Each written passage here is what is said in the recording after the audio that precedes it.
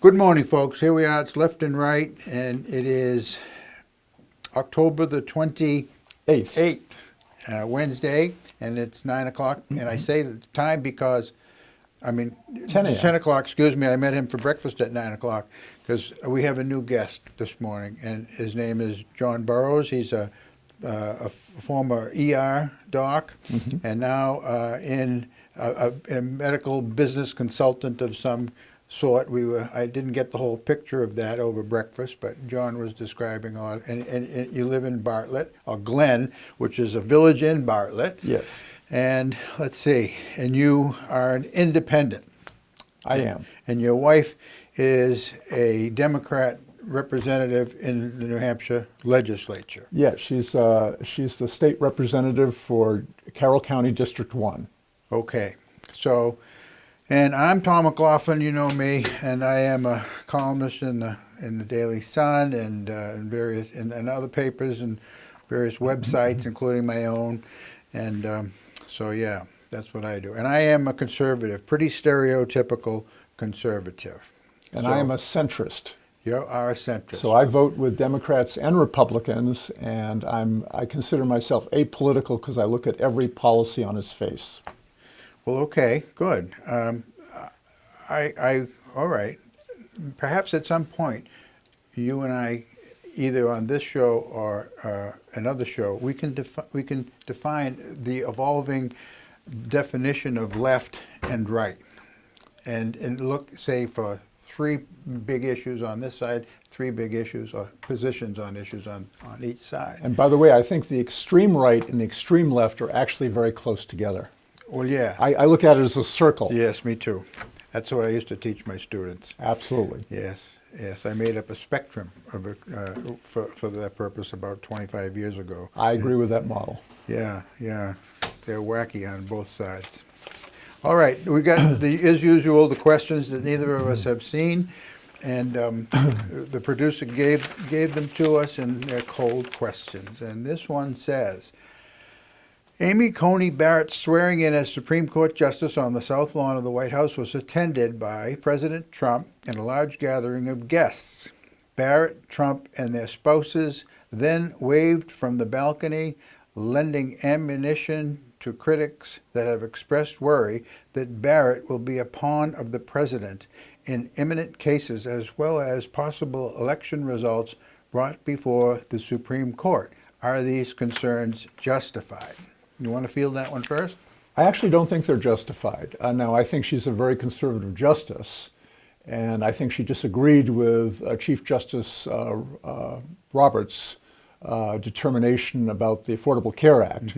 And she's certainly opposed to abortion, personally, as a devout Catholic. Yes. But I actually see her primary loyalty is not to the president, but to the law. And although she's a conservative judicial scholar, I actually don't think she's going to reverse Roe v. Wade. And I think she would think long and hard before dismantling the Affordable Care Act. And by the way, the Affordable Care Act, which is up for decision this coming month in November, the sole issue in the case of the Texas case is basically severability of the act, which means if one part is considered invalid, does that necessarily invalidate all of the parts of the of the act? And I don't think she's going to find that so, because most laws are severable. The vast majority of laws are in fact severable. In fact, any contract you've had, there's even a severability clause in every contract, which means invalidating one clause of a contract does not invalidate the entire contract.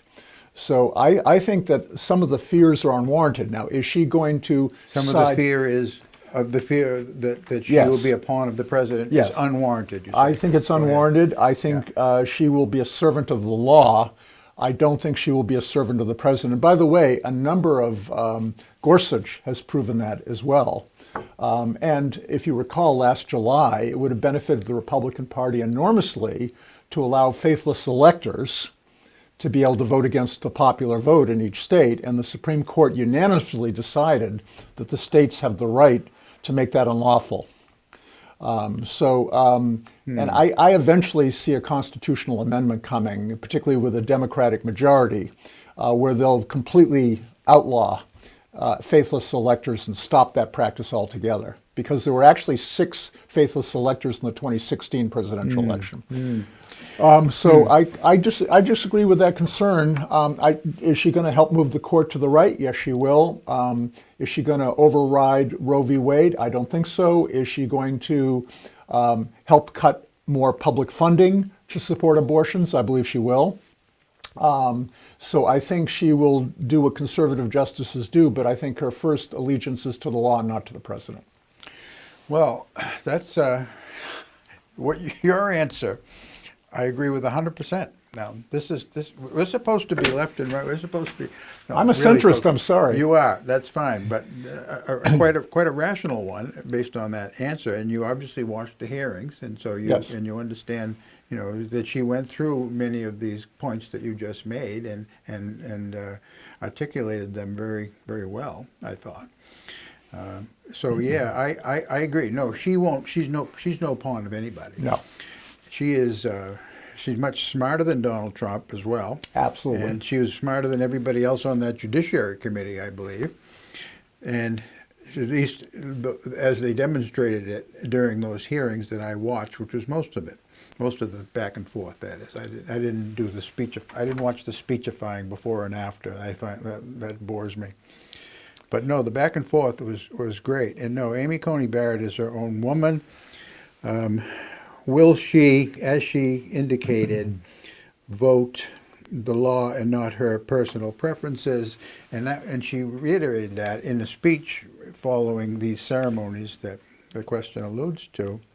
And she recused herself during a federal appellate case regarding capital punishment because she said, look, I'm a Catholic, I don't believe in capital punishment, therefore I'm going to recuse myself. So I think if she felt that there was a conflict between her personal values, her religious values, and her judicial responsibility, I think she would recuse herself. Now, as I listened to you speak, and I'm a Catholic as well, a conservative Catholic, just as she is, and conservative politically as well, and a constitutionalist as she is, that is an originalist.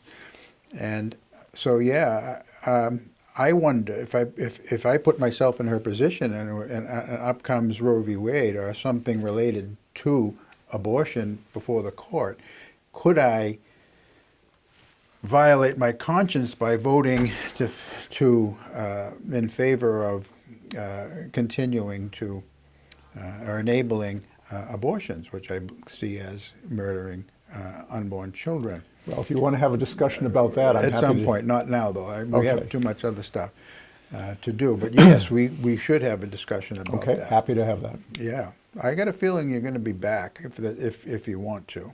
Well, thank you. Yeah, because we started the show at 9 o'clock where we had breakfast, and it's just one after.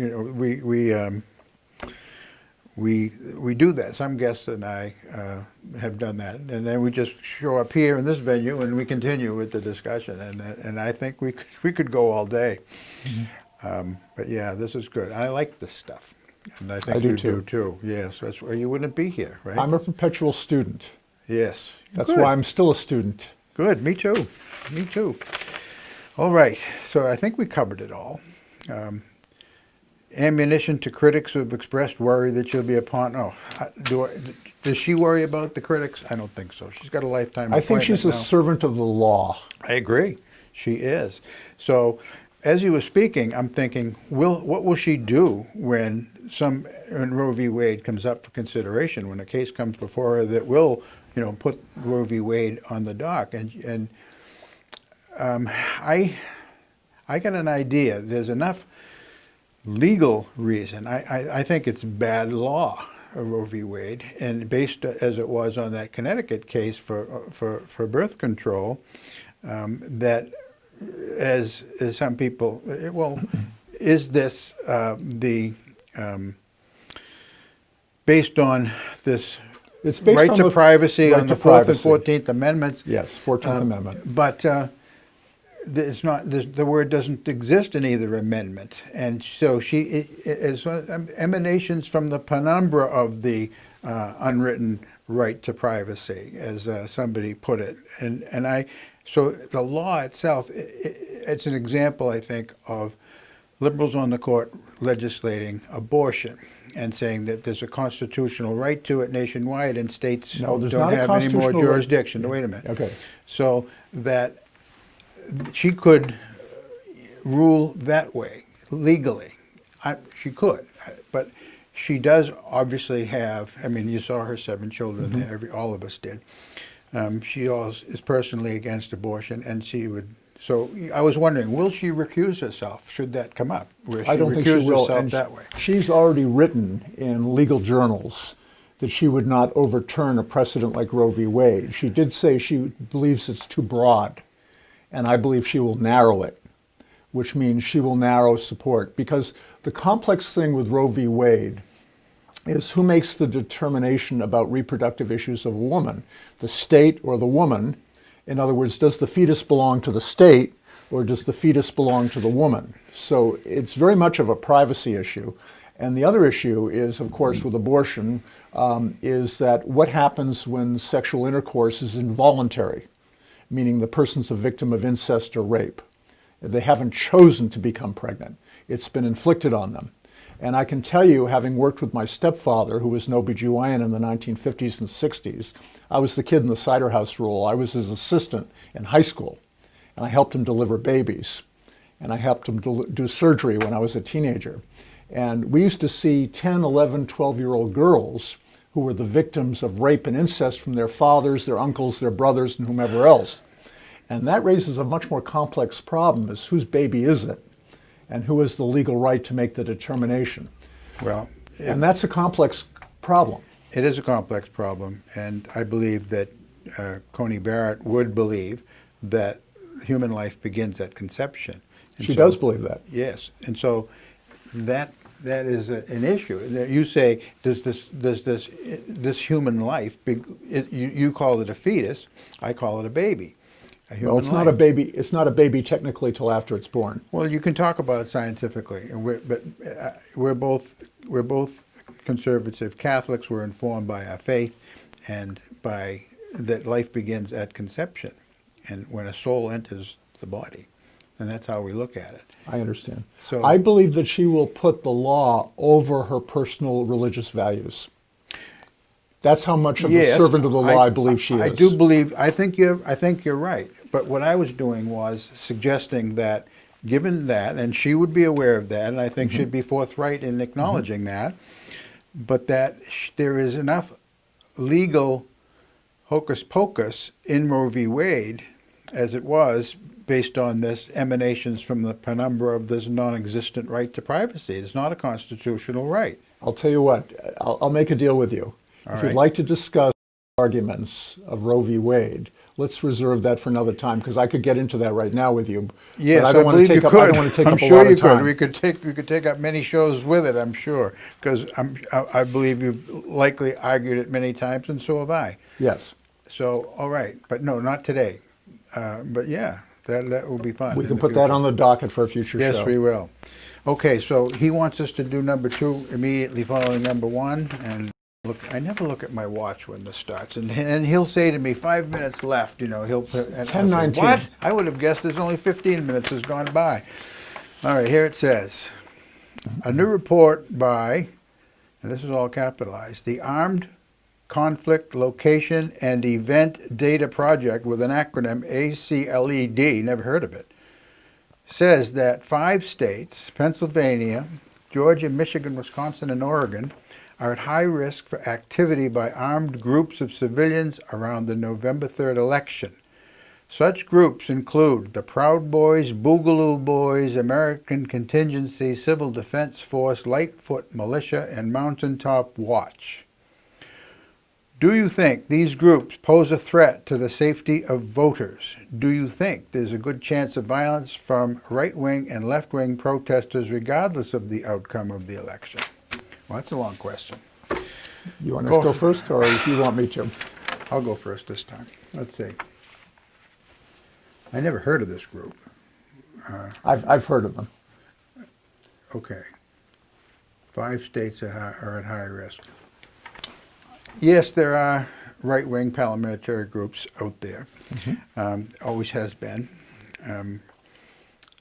They're I don't think they're nearly as numerous or as dangerous as, except for individual nutcases like the Nichols and what's his name? That blew up. McNichols. Huh? McNichols. No, Terry Nichols and the guy. Again? Yeah, McVeigh. Timothy McVeigh, who blew up I mean, those, Oklahoma. yeah, I mean, they did a lot of damage, and they affected a lot of lives, and it was a huge political thing as well. And, you know, so that stuff is possible, certainly. We've learned the hard way.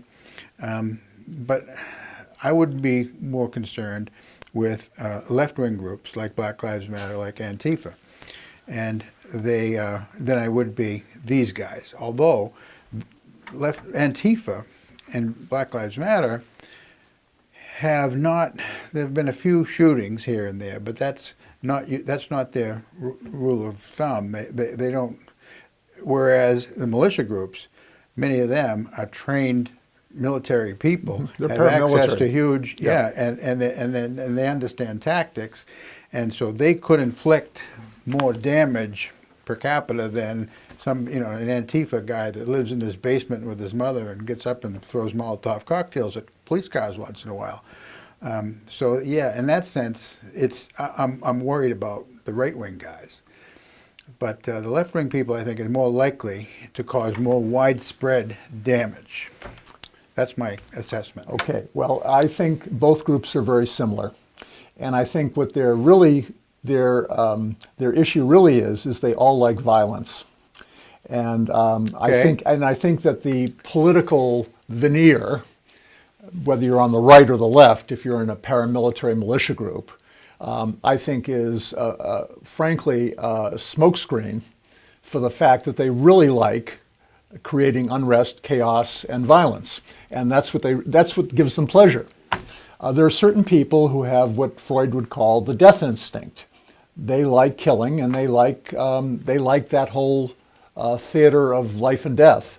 And I'm concerned. I'm always concerned about paramilitary groups that believe that the law is on our side and we have the legal right to take the law in our own hands because our cause is a more just cause, whether you're on the right or the left. Yeah, they both do. Okay. They both do. Yeah, They both right. feel that our beliefs, our values Yeah. transcend the law. We can impose them on everyone. We can because impose are them on correct. others. That's right. Yeah. So I'm concerned about both sides. Me too.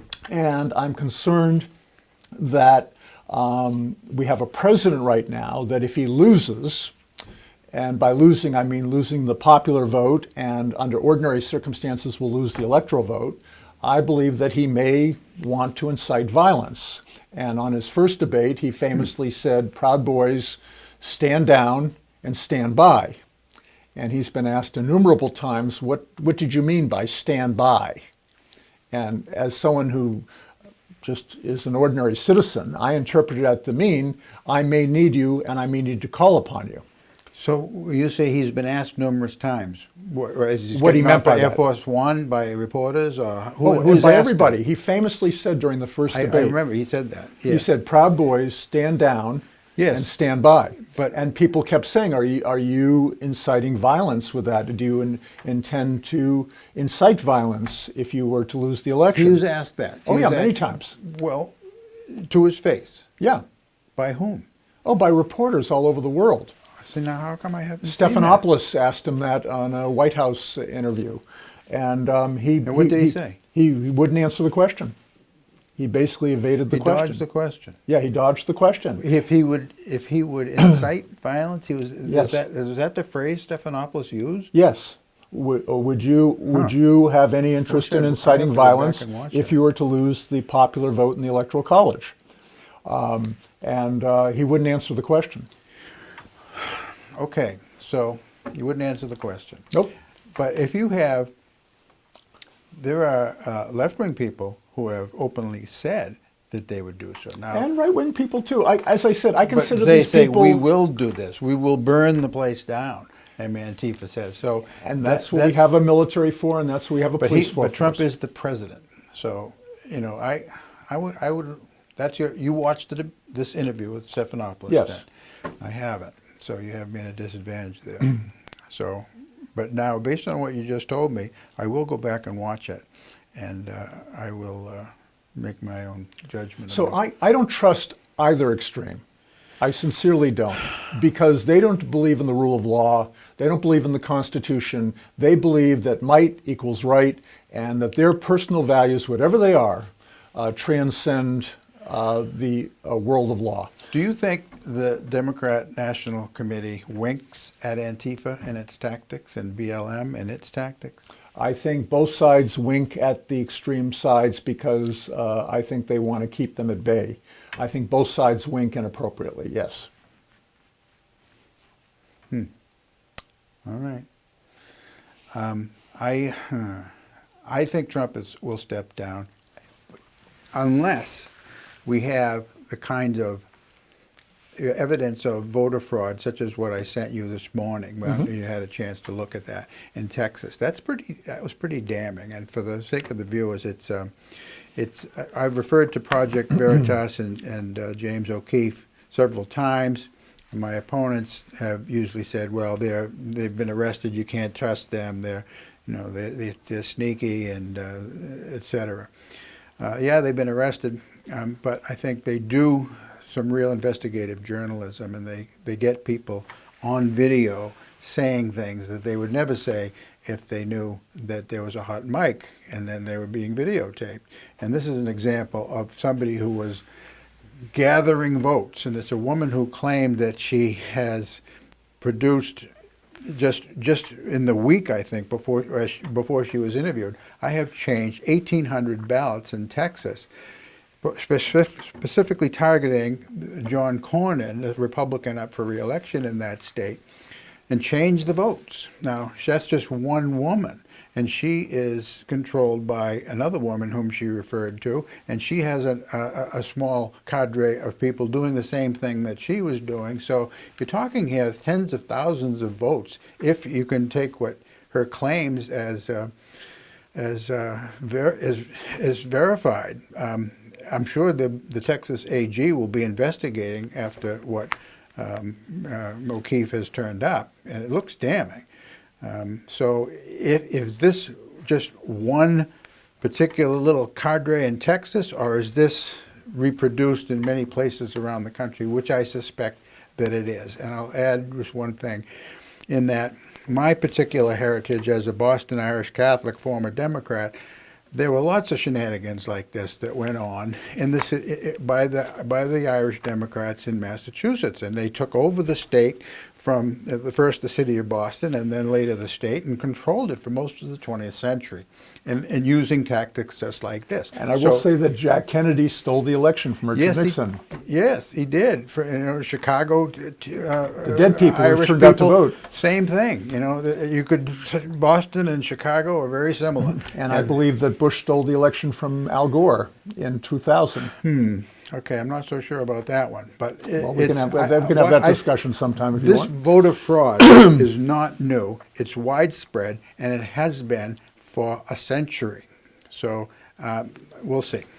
Okay, so in general, now I agree with. I'm sorry. I was leading up to the point that if Trump, his people are showing him evidence like what I just described, then he may say, "I won't step down right away." But then it's hopefully 3 months before, Inauguration Day. Actually, it's two. It has to be decided by the deadline on December 8th. Who set that deadline? Well, I happen to have those deadlines with me right here. Let me just pull that up. You're saying that there has to be a deadline. By December 8th, there has to be a decision by whom? Right, by states? The Electoral College has a buffer date. Let's see if I have that information with me. Let's see. Is this new? I may not have those notes. Okay, basically, November 3rd, the states have to appoint their electors. 1 week before the Electoral College meets to vote, and I think it's December 16th or so, is called the buffer deadline. And that means that the states have to have their own electors vote within each state. That's the deadline. Now, if they don't meet that deadline, then that runs the risk if nobody gets 270 legitimate votes in the Electoral College, of going to a contingency election in the House of Representatives and the Senate. Yes. So the deadline for the Electoral College to vote for the president is 1 week before the Electoral College meets. And that is set in stone. And yes, it's that's set in stone. by- That's federal law as of 1871. So, okay. And the date, this December 8th, 16th date that you mentioned, that's not set in the Constitution. No, it's not set in the but that's already been set by the Electoral College. And the The law says the Electoral College sets the deadline approximately 1 month before the inauguration. Okay, but it must set it, or it may set it? I mean, that must set wording it. is what I Must want to set it. look at. Must set it. Must set it. So Okay, that's statutory. But it can, they don't have to set it for December 16th. They could set it for sometime in Now January. it's set in stone. It's set in stone So now. the Electoral College has already made the date. That's how Gore v. Bush took place. In other words, what they did, the Supreme Court ruled in that case because they were up against a 1 week deadline, Yeah. a federal deadline. Okay, I get you. And Yeah, so, all right, and that's how that happened. all right. Okay, so that's fixed in stone, and then it goes to the Senate on January 3rd for ratification. The federal election goes for ratification. But once it goes on January 3rd, it's the new Senate and the new House, not the old Senate and the old House, if that makes any sense. In other words, the people who are newly elected, if they got unelected, they don't get to vote on that. My mind had wandered to your previous point and pursuing it. Tell me again about, is it going to be the lame duck Senate? No, Congress? the lame duck Senate They and won't- House, they do not get to vote in a contingency election. The new Senate and the new House get to vote. And that's it's going why to go to Nancy, the House. that's It's not why- going to go to the Senate. Well, the Senate gets to vote for the vice president. Oh, The right, House gets right. to vote for the president. And the Okay, House, but one will follow the other. well, except they don't. They've split tickets before. You can have the House vote for a Democratic president and the Senate vote But it's for a only been Republican done vice in president. the 1820s. That's the only time this has occurred. I understand. I'm just telling you what the Constitution allows. Huh. There wasn't a split between the House and Senate. I mean, Jackson, didn't he get his VP that he wanted? No, he did not. Oh, so the Senate gave him a different VP than who he, well, Here it the is. rules were different then, anyway. December 8th, the safe harbor deadline, U.S. Code 3, United States Code Section 5 provides that if election results are contested in any state, and if the state prior to election day has enacted procedures to settle controversies or contests over electors or electoral votes, and if these procedures have been applied and the results have been determined 6 days before the electors' meetings, that's the safe harbor deadline, then these results are considered to be conclusive and will apply in the counting of the electoral votes. This day, known as the safe harbor deadline, falls on December 8th in 2020. The governor of any state where there was a contest in which the contest was decided according to established state procedures is required to send a certificate describing the form and manner by which the determination was made to the archivist as soon as practicable. So that is by statute. Okay, then. Our first question, Amy Coney Barrett, would she be loyal to Trump and be a pawn in these kinds of questions? I don't think so. I don't believe so. She would not be. She would vote according to the Constitution. I think she puts the law even above her Catholic values and beliefs. While she's sitting there as a judge, Yes. Probably not as a human Not as being. a private citizen, No. but as an associate Yes. justice. I believe you're right. I believe you're right. Yeah, because she swore an oath. That's right. And then she would take that very seriously. And reading her readings, and I've read some of her articles in the law journals. Just I like to get inside people's heads to see Yeah. how they think about things. Yeah. I believe that she puts the law over her personal religious beliefs. When I said that I believe she was far brighter than the Senate Judiciary Committee members who were questioning her, I read your face, and I'm not sure you agreed with that. Well, my frustration. We can't know this, of course. No, my frustration with the whole preliminary discussions is that she basically wouldn't answer questions, and I get that you're not supposed to, but it begs the question: should you even have a nominating Q&A? What's the point of the Judiciary Committee hearing? Yeah, what's the point of I the agree. hearing if Yeah. you're not going to really get any substantive information? Now, what I would have asked her, I would have asked her different questions than the senators asked her. I would have asked her for her legal analysis on some of the more controversial decisions that she made, like not taking guns away from felons.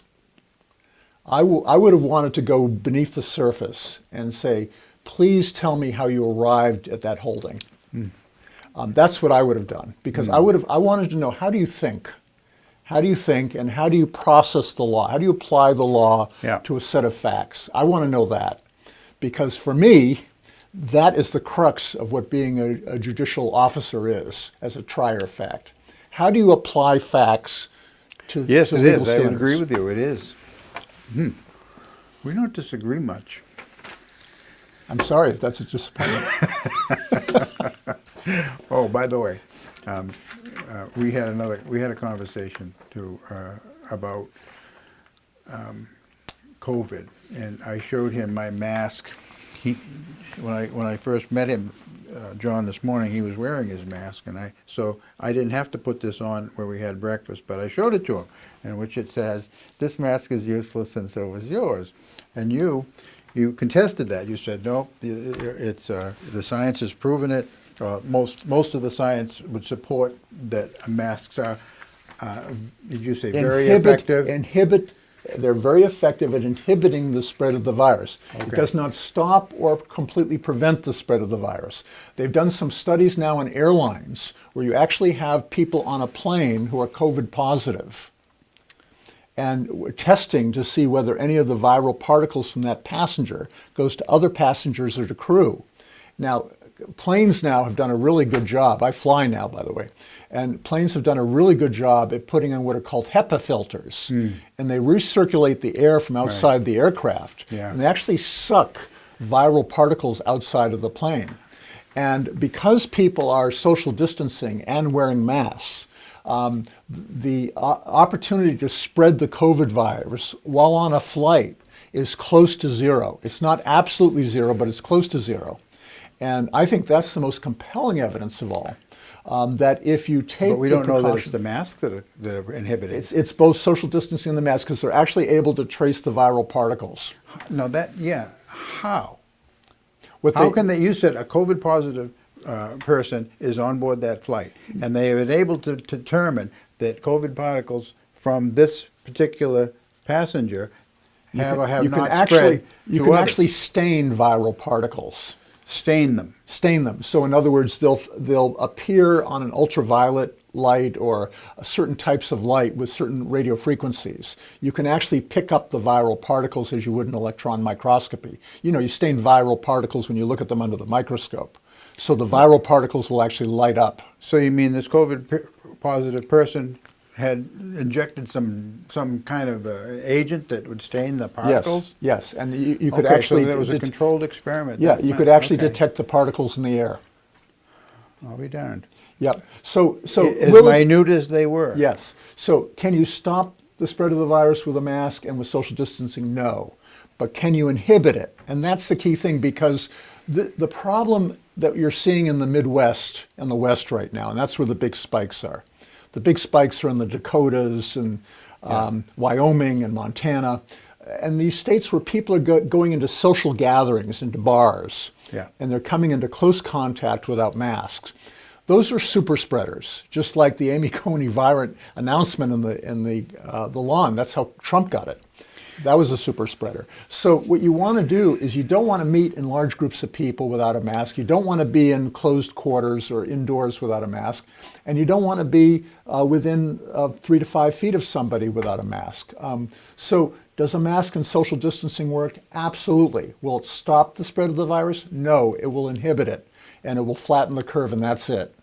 But the problem is now there were 500,000 new cases last week alone in the United States. When you say new cases, are they active virus or are Yes, they showing antibodies? No, active virus. So they were tested there were two tests, as I understand. There's it. the One antibody detects- test and there's a Yeah. active and so virus. These are active virus Yes, tests. new okay. cases. And so for how long Is a person with an active virus contagious for a week, more than a week?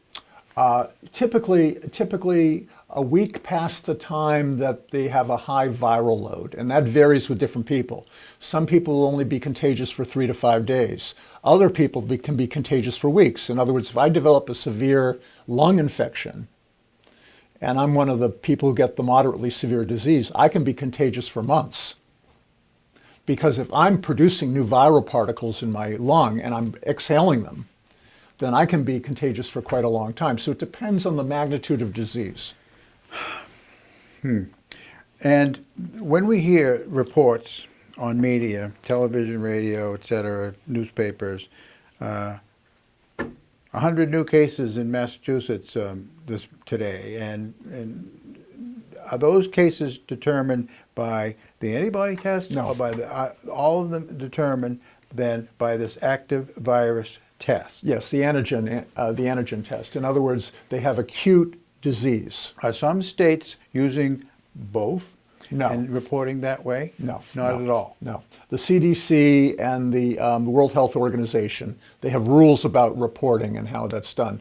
The antibody test just says, have I ever been exposed to the virus? That's not relevant when reporting new cases. Well,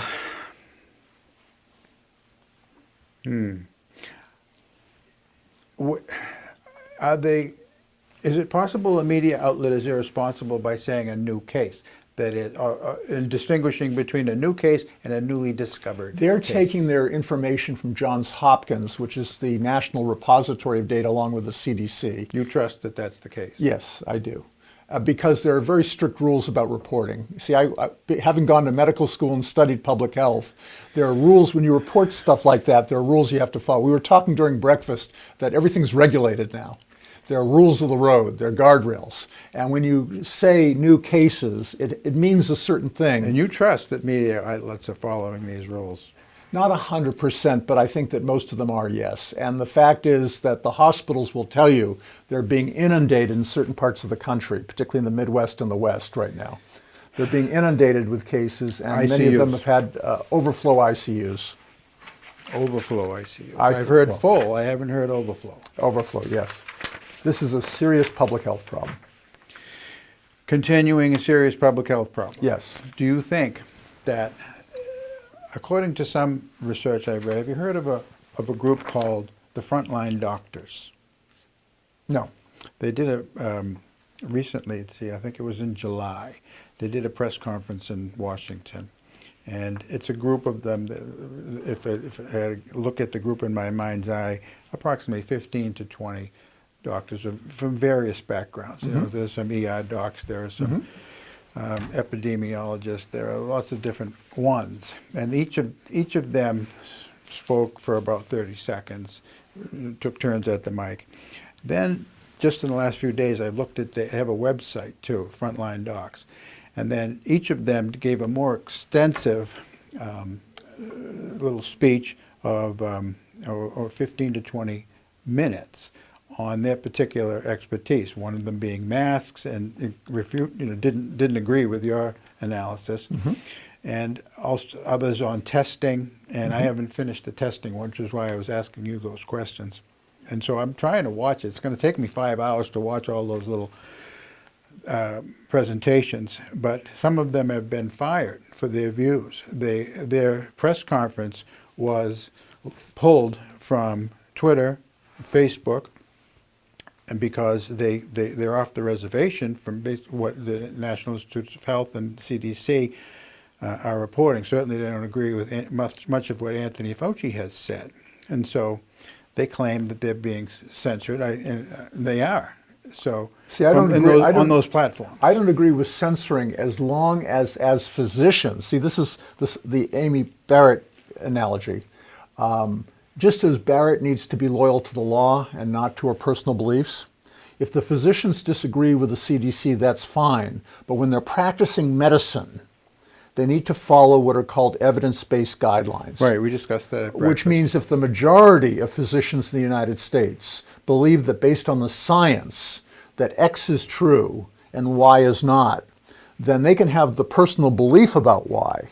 but they need to do X when they're treating patients. But you said that this regulation is a result of a court case during which expert witnesses, the jury has ruled for this expert witness and against that, the opposite, the defense's expert witness, let's say. That's right. But say it and then that enters protocol, that becomes the regulations. Over time, many legal cases. It's not just one legal case. Well, I should hope not. It's many legal cases over Well, time. that's an awful lot of data to analyze and then That's draw why you have conclusions lawyers from. with the American Law Institute who do nothing but go through case law, and I'm talking about thousands of cases over tens and decades of experience, and they consolidate the law into standards or codes based upon the patterns that emerge from this judge and jury determined decisions. Now that I have your email, I'll send you the link to this website. You can, if you feel like it, you can look at it, Frontline Docs. But what you describe sounds. I mean, COVID's been with us that we know of, Since December. Yeah, and so there hasn't been enough adjudication take place about COVID and about what the protocols ought to be, We to have enter to the use- regulations you allude to. All we have, and by the way, medicine is a very empirical science. I hope so. It is. It's a very empirical science. So we have to take the best evidence that we have, Yeah. based on the best data we have thus far, understanding that the whole thing's a moving target. And by the way, Yes. the half-life of medical information is now down to 5 months. I'll be darned. That means 50% of everything we believe to be true will be proven false within 5 months. So bacon is good for me now. I like that because I just had some for breakfast this morning. But for a long time, my wife was telling me, don't eat it, Tom. Well, just be It's not careful of the good for you." nitrites. Okay, I don't even know what those are. Well, But they're all right. chemical preservatives that they put in bacon. Okay. If they have a taste, I like it. I understand. I like Yeah. the taste of bacon too. All right. This is another organization. It's a smaller organization. Maybe, have you heard of the statement they made? This was it was in October, earlier this month. The Great Barrington Declaration. Have you heard of that? No, I have not. It's not very long. That's the statement is right there. This being the first 4 signers of it. And I won't read it to you. It basically says that the shutdowns that we did worldwide, and these doctors are from the U.S., from prestigious, they're usually they're teaching, professor of medicine at Harvard, a professor at Oxford University, epidemiologist, professor at Stanford, and so the rest, and then there's a bunch of co-signers internationally, and they're equally, impressive institutions that they work at. And so this declaration basically says that we shouldn't be shutting down our schools because the risk to children is almost zero, under 15, and that. Well, let me finish. Go and then ahead, go ahead. You can. Yep. I'll give it to you, and you can. well, no, I can hear you. Okay, and you'll see. I'll give it to you because I printed it off for Okay, you. I agree with a bunch of that. Also, they said the shutdowns cause far more harm medically, as well than if we hadn't, if we had continued, say, on the Swedish model, how they responded. So that's the statement, and it's Did you read my op-ed? also censored on digital media platforms. Did you read my op-ed in the You can Conway have that. Sun last March? I might have. Could you tell me what The was it? title of it was "The COVID Virus Out of Proportion to Its Actual Danger," and I basically argued along with that a total shutdown would be irreparably harmful, and that eventually more people would die from the shutdown That's than the would point die they're from the making. virus. That's that the would point die they're from the making. virus. Yeah. And I said that because, and by the way, I called our local hospital and said this to the CEO, the new CEO there, who disagreed with me at the time. And I said that you can't stop treating cancer patients and diabetic patients and hypertensive patients because we're in the middle of a COVID pandemic. You lifted a paragraph right from it. Yeah, and I said it's not only dangerous, but it's irresponsible, because the mission of a healthcare system is to take care of all people, not just people with COVID. Okay, that's Yes, number one. yeah, Now- absolutely. Now the problem is that in the United States we don't know moderation. Moderation has gone out of style. Moderates are considered boring now, and so what happened was the pendulum went from the shutdown on one side all the way over to let's have parties without masks, let's not do social distancing, and to hell with it. And the White House press secretary essentially said yesterday, we're not going to fight this virus anymore. Basically waved the white flag and said, we're not going to take any special precautions against the virus. We're just going to get through it. And President Trump even yesterday said, I got through it, you can get through it. And basically that's the new policy of the president. And what I'm suggesting to you is neither extreme is appropriate. A total shutdown was inappropriate. And I also believe that a total disregard for public health measures with COVID is equally inappropriate. Should this be determined by states? Well, again, we talked about dual sovereignty during breakfast, and I believe it should be an and, not an or. I think ultimately states have the responsibility to make the final call, but I think that federal leadership would be very helpful. Not to overrule states, Not but to overrule states, inform but to them. advise states. Okay, all right. Okay, that's the dual sovereignty. It's a partnership. It's a federal-state partnership. The state have the police powers under the Constitution to have the final say on how businesses are regulated. Okay. On the other hand, the federal government has the right to regulate interstate commerce. Yes. And as we know under the law, a lot of intrastate commerce is actually interstate commerce, particularly now with cloud-based things, Amazon, Google, et cetera, Indeed, et cetera. yeah. So the lines between what is intrastate and interstate are now blurry. Yeah. And because of that, it's going to be a collaboration. It's going to be a shared responsibility. So I think the states have a role, and I think the federal government have a role. And I would love to see some federal, national leadership around this to advise the states, with the states having the right of refusal. So they can say, no, we disagree with the science, or we disagree with the recommendation, and they have the right to do that. I can't disagree with any of that. But on the other hand, I think it would be nice to say, look, we've put together all the research, we put our best minds together, and this is what we advise the states to do. That would be very helpful.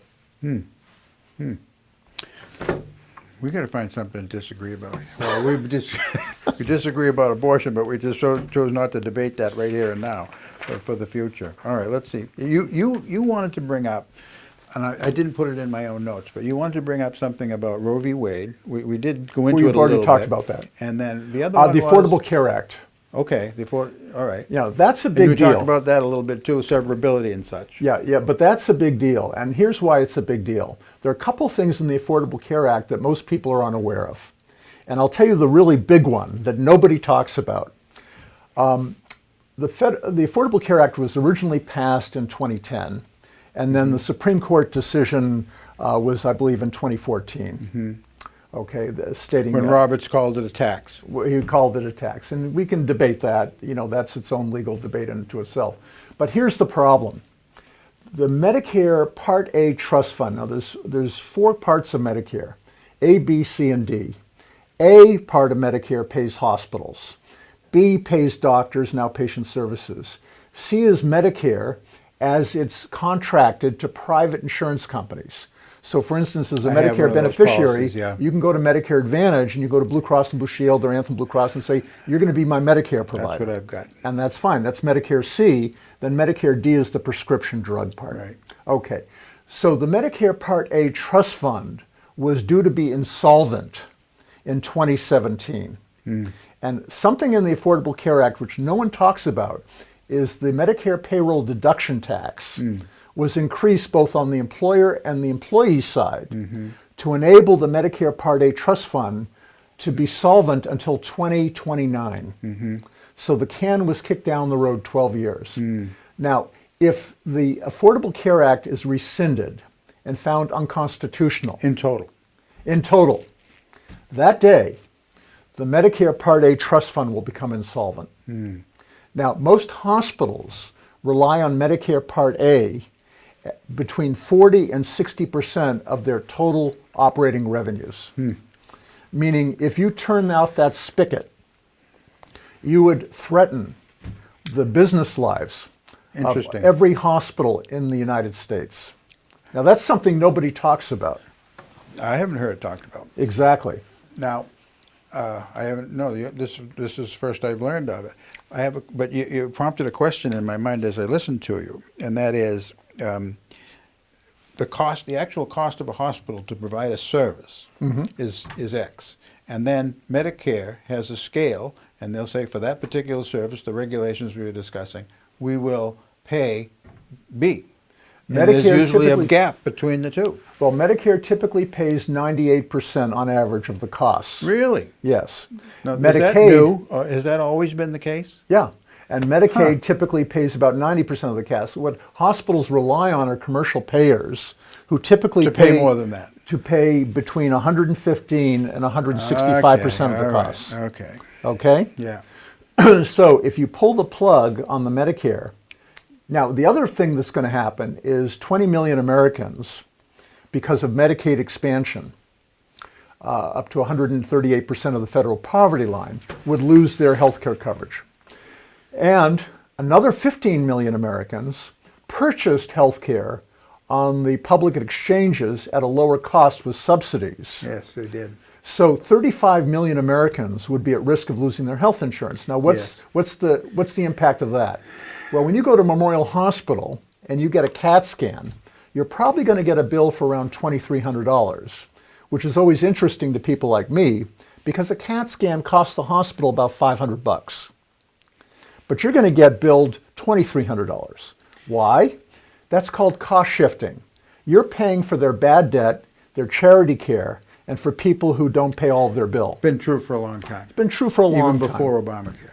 Long before. Yeah. Long before. It's called cost shifting. Yeah. And healthcare systems have been doing this for a very long time. Yeah. The problem is the more uninsured people you have in the United States, the more it costs everybody else. Yes, right.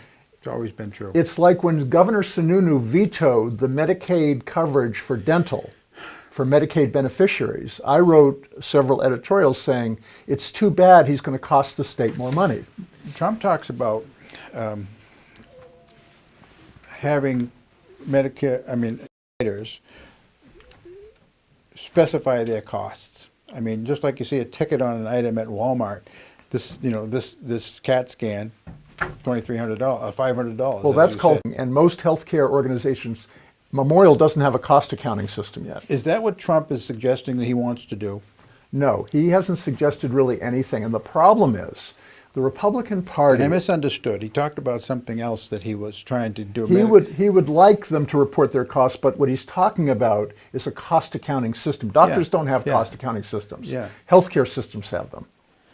And the problem is, the Republicans had 4 years under Obama that they knew they wanted to blow up the Affordable Care Act. Yeah. They knew that. They hated it. Yeah. And that's because, unfortunately, it was a Democratic supported only. Not a single Republican voted for it. Exactly. And so they needed to come up with what's a better mousetrap? What's a better solution? Right, they did. That was incumbent on them. If you're going to be against it, what do you have instead? Exactly. And nobody has come up with a viable option, and that's why the late Senator McCain voted against it. He said, I voted against it just because my party doesn't have a viable substitute for It this. has nothing to do with him hating Trump. No, well, it did, but he was sticking it to him. But at the time, I agreed with his rationalization that we're not going to blow up something that we have no substitute in the wings for. No, you shouldn't. And it doesn't look like Trump still has anything yet. There's if he nothing. has it, it's a secret.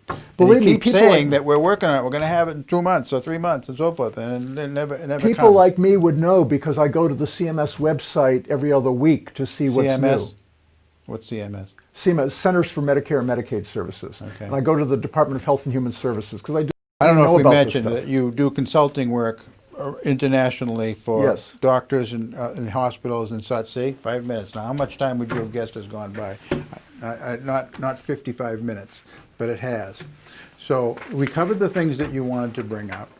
Well, I just want to also add that you've got to have a substitute for this law before you blow it up. I agree. Before you rescind it. I agree. And I think it's a failure of leadership for either party to not have something to take its place. You obviously are what you advertised yourself to be, that is issues-oriented and Yes. not partisan.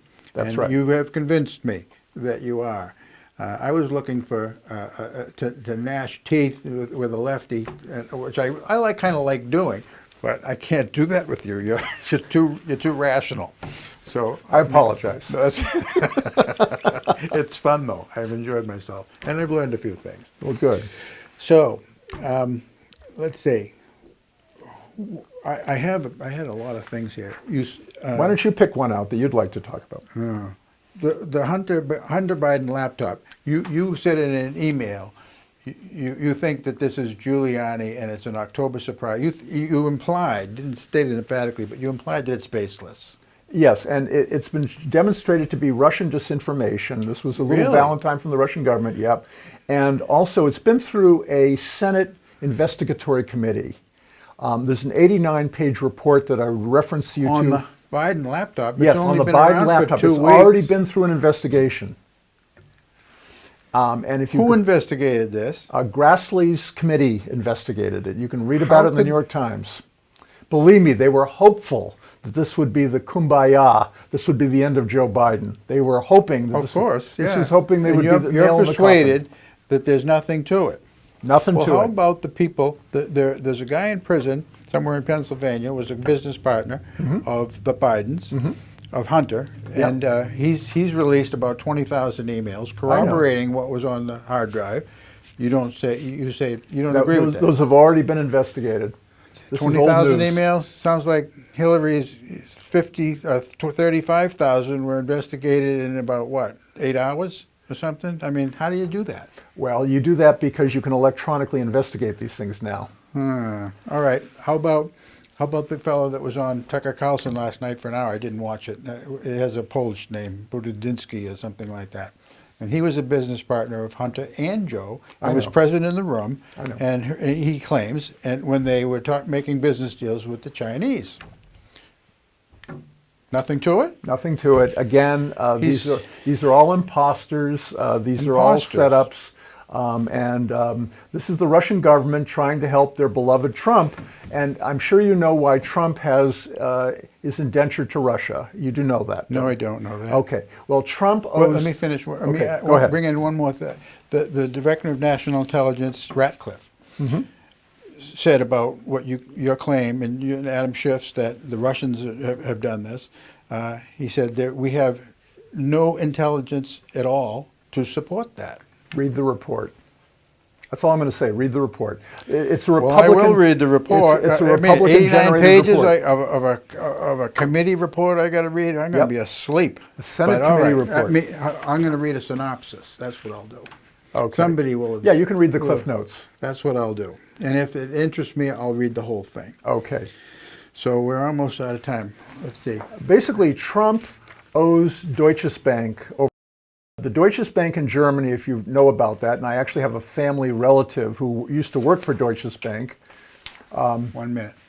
1 minute. Deutsche Bank now is under for a money laundering scheme with the Russian government to the tune of 20 billion. 20 billion. Billion, yes. And what's happened is money from ISIS has channeled up through the Russian oligarchs. And the Russian From oligarchs... ISIS. Yes, from ISIS. And the Russian oligarchs have been using Russian-controlled banks to launder the money. Okay? And All one right, of those... Now that will cause me to look into that story. Absolutely, absolutely. Look that one up. Okay. And one of the banks, one of the many banks that the Russian oligarchs use to launder their money is the Deutsche Bank. Which is what Trump owes money to. That's right. All right, I'll check that out. Now, especially the ISIS connection, that intrigues Yes. me. All right, so folks, we're out of time. It's flown by for me. I hope it has for you too. That means you may have enjoyed it as much as I have. And Thank you for having me, Tom. Thank you for agreeing to come. And I will be contacting you again. I hope you'd like to come back and do this again. On I would be delighted. Many other topics. I That love would be good. speaking to fellow students. Yes, yes, good. Well, okay, folks, we'll see you in November 11th is when, and then Mark Garang will be sitting over there. I would have, okay, Yeah. very good. And then we'll see, I'll be every 2 weeks is when we do this, opposite your other show that you do. Okay, folks, thank you.